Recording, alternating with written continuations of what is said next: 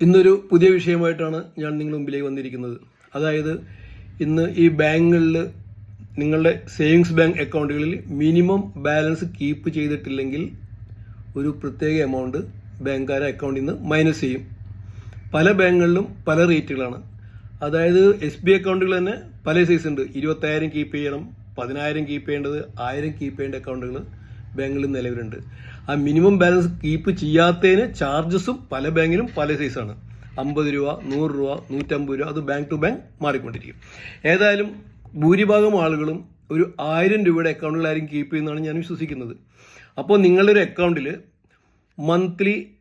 Average monthly balance 1000 രൂപയിൽ താഴെ പോയാൽ ഒരു പക്ഷേ ആ ബാങ്കിൽ 100 രൂപയായിരിക്കും ചാർജ് ചെയ്യുന്നത്. ചാർജ് ബാങ്കിൽ അന്വേഷിച്ചാൽ അറിയാൻ പറ്റത്തുള്ളൂ. ഞാനൊരു എക്സാമ്പിൾ പറയുന്നത് മാത്രമേ ഉള്ളൂ. എന്താണ് ഈ ആവറേജ് മന്ത്ലി ബാലൻസ്?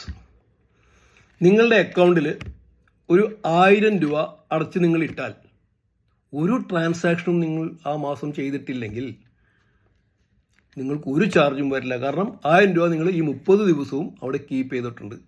അപ്പോൾ നിങ്ങൾക്ക് ഒരു ചാർജും ബാങ്കിൽ നിന്ന് നിങ്ങളുടെ അക്കൗണ്ടിൽ നിന്ന് പിടിക്കില്ല.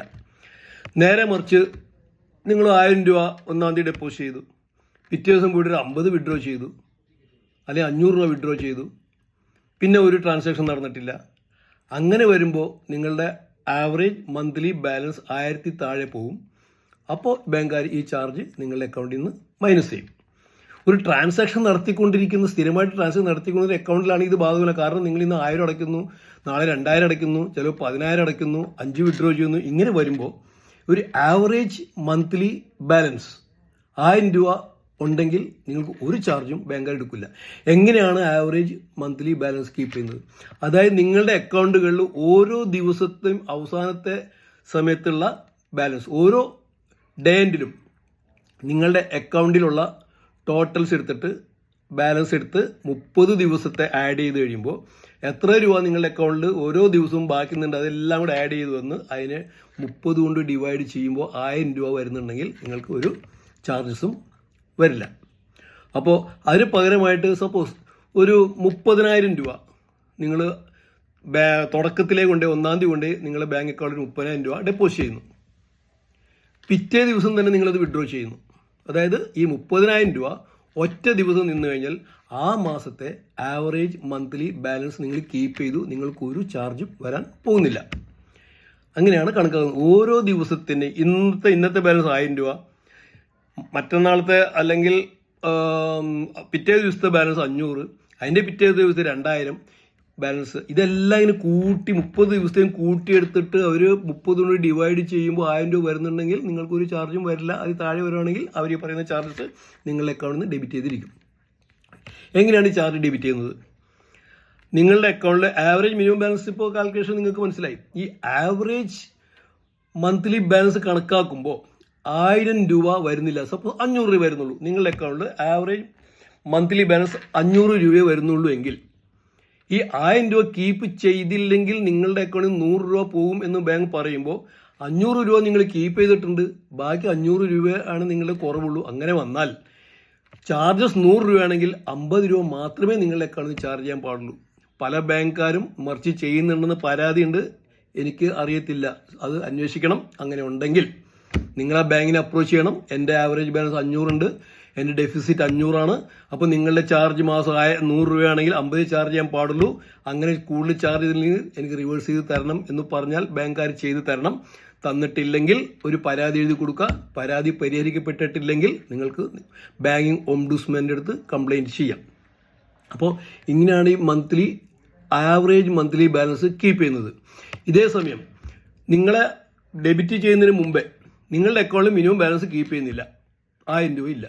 ബാങ്കുകാർ എന്ത് ചെയ്യും? ബാങ്കുകാർക്ക് അവർ ചാർജ് 100 രൂപയാണെങ്കിൽ 100 രൂപ എടുക്കാനുള്ള ലീഗലി അവർക്ക് അധികാരമുണ്ട്. പക്ഷേ അതേസമയം ഈ വിവരം നിങ്ങളെ SMS വഴിയോ മെയിൽ വഴിയോ അവർ അറിയിക്കണം. എന്താണ് അറിയിക്കേണ്ടത്? നിങ്ങളുടെ അക്കൗണ്ടിൽ ഈ മാസം ഇത്രയേ ഉള്ളൂ, ആവറേജ് മിനിമം ബാലൻസ് കീപ്പ് ചെയ്തിട്ടില്ലെങ്കിൽ ചാർജസ് ആയ 100 രൂപയോ 50 രൂപയോ എത്രയാണെന്ന് അത് ഞങ്ങൾ ഡെബിറ്റ് ചെയ്യുന്നതായിരിക്കും എന്ന് നിങ്ങളെ അറിയിച്ചിരിക്കണം. അറിയിക്കാതെ ഒരു ഡെബിറ്റും ചെയ്യാനുള്ള സ്വാതന്ത്ര്യം ബാങ്കിന് ഇല്ല. ഇനിയിപ്പോൾ നിങ്ങളെ അറിയിച്ചു, നിങ്ങൾ ഒന്നും മൈൻഡ് ചെയ്തിട്ടില്ല, നിങ്ങൾ ഫണ്ട് കീപ്പ് ചെയ്തിട്ടില്ല. അങ്ങനെ വന്നാൽ തന്നെ ഈ മിനിമം ബാലൻസായ 100 രൂപയോ 50 രൂപയോ ചാർജ് ചെയ്താൽ ബാങ്കിന് നിങ്ങളുടെ അക്കൗണ്ടിൽ ബാലൻസ് ഇല്ലാത്തൊരവസ്ഥയാണ് എങ്കിൽ, നിങ്ങളുടെ അക്കൗണ്ടിൽ ബാലൻസ് ഇല്ല, അപ്പോൾ 100 രൂപ എടുക്കാനോ ഒന്നുമില്ല, നിങ്ങളുടെ അക്കൗണ്ടിൽ ഒന്നുമില്ല ബാലൻസ്, അങ്ങനെ അവർ 100 രൂപ ഡെബിറ്റ് ചെയ്താൽ നിങ്ങളുടെ അക്കൗണ്ട് മൈനസിലേക്ക് പോകും. അങ്ങനെ മൈനസിൽ പണ്ട് പോയിക്കൊണ്ടിരുന്നു. നേരത്തെ ബാങ്കിലൊക്കെ പലരും നിങ്ങളുടെ അക്കൗണ്ടിൽ ബാലൻസ് ഇല്ലെങ്കിലും അവർ ചാർജസ് ഡെബിറ്റ് ചെയ്യും, നിങ്ങളുടെ അക്കൗണ്ട് മൈനസിൽ കിടക്കും. ഇപ്പോൾ റിസർവ് ബാങ്കിൻ്റെ ലേറ്റസ്റ്റ് റൂൾ പ്രകാരം നിങ്ങളുടെ അക്കൗണ്ട് മൈനസിലേക്ക് പോകാൻ പാടില്ല. നിങ്ങളുടെ അക്കൗണ്ടിൽ ബാലൻസ് നിലവിൽ ഇല്ലെങ്കിൽ ഈ ചാർജസ് ഡെബിറ്റ് ചെയ്ത് നിങ്ങളുടെ അക്കൗണ്ട് മൈനസ് ആക്കാൻ ബാങ്കിന് അധികാരം ഇല്ല. അത് റിസർവ് ബാങ്ക് സ്പഷ്ടമായിട്ട് പറഞ്ഞിട്ടുണ്ട്. അപ്പോൾ നിങ്ങളുടെ അക്കൗണ്ട് മിനിമം ബാലൻസ് കീപ്പ് ചെയ്യാൻ ചാർജസ് എടുക്കാനില്ല. നിങ്ങളുടെ അക്കൗണ്ടിൽ ബാലൻസ് ഇല്ല എന്നുണ്ടെങ്കിൽ നിങ്ങളുടെ അക്കൗണ്ട് മൈനസിലേക്ക് പോകാൻ യാതൊരു ചാൻസും ഇല്ല. അങ്ങനെ പോയിട്ടുണ്ടെങ്കിൽ ബാങ്കിനെ അപ്രോച്ച് ചെയ്യുക, അങ്ങനെ മൈനസ് ആവാൻ പാടില്ല.